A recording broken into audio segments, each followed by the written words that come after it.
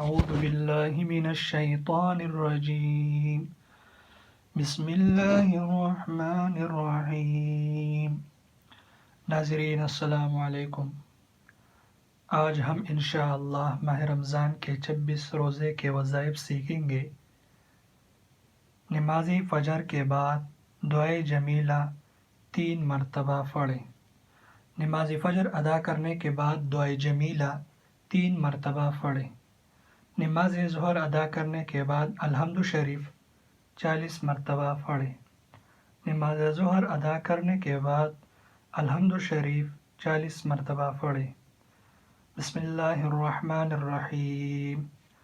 الحمد للہ رب العالمین الرحمن الرحیم مالک یوم الدین ایاک نعبد و ایاک نستعین اہدنا الصراط المستقیم صراط الذین انعمت علیہم غیر المغضوب علیہم ولا الضالین آمین۔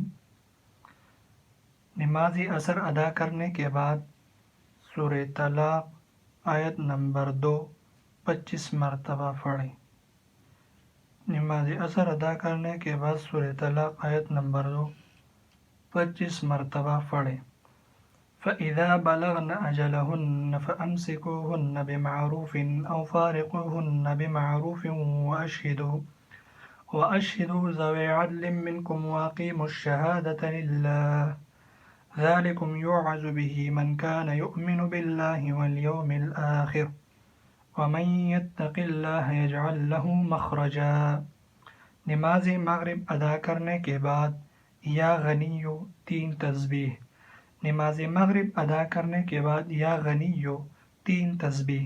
نماز عشاء ادا کرنے کے بعد الحمد شریف 40 مرتبہ پڑھیں۔